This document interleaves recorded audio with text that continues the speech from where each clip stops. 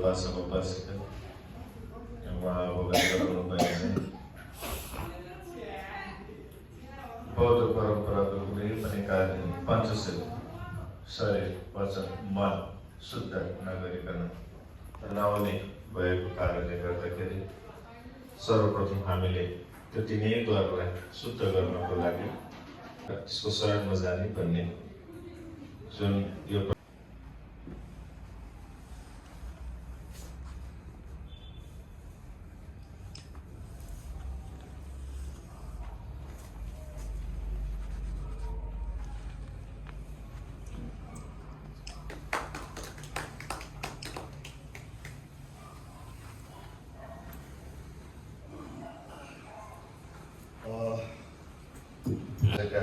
प्रमुख अतिथि समाजसेवी शङ्कर गुरुज्यूलाई भगवान् गौतम बुद्धको अगाडि राखिएको यो दीप प्रज्वलन गरेर हाम्रो यो 7औं वार्षिक साधारण सभाको शुभारम्भ पेयको मात्रै म यहाँ आज प्रश्न गर्न चाहन्छु।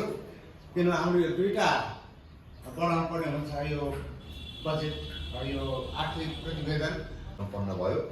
मङ्गोलियन हटका मुख्य गायक राजु लामा, नमस्ते ब्यान्डका गायक ईश्वर गुरुङ, एनआरएनए जापानका अध्यक्षज्यू, तमुदी जापानका पूर्व तथा वर्तमान पदाधिकारीज्यूहरू, पोखरा वडा नम्बर 11 का वडाध्यक्ष तथा सदस्यज्यूहरू, सामाजिक भलो हुनेछ यही भयो भन्दै हजुरहरूलाई सबैलाई आशीर्वाद दिँदै आशीर्वाद गरे म यहाँ यति भन्न जान्छु।